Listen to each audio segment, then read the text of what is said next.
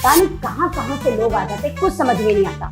शौक होता है कि हमें एक्टिंग करनी है, हमें डायरेक्टर बनना है, राइटर बनना है, प्रोड्यूसर बनना है, एक्टर बनना है, पता नहीं क्या फलाना ढिमकाना बनना है। खैर अंडे गरम अंडे, अंडे गरम अंडे। अरे कौन हो भाई? बर्गरे बर्गरे बर्गरे। बर्गर है, अंडे हैं, अरे हो कौन? बर्गरे। बताओगे कौन हो या मैं धक्के मार के निकालूं यहाँ से? एक्टर। एक्टर? हीरो। हीरो? किसको लेकर आ गया ये कौन है? इसको कहाँ से लेकर आए हो?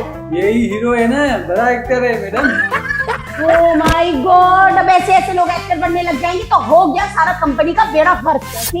तुकी ड्रेसिंग करके आए हो ऑडिशन के लिए, हमेशा इंसान को तैयार होके आना चाहिए, लुक वाइज अच्छे लगोगे तभी तो अच्छा काम मिलेगा। बैठो यहाँ पे। मेरे घर में सबसे अच्छा सूट यही था और सबसे घटिया सूट मेरी नजर में यही है। ओके बैठो।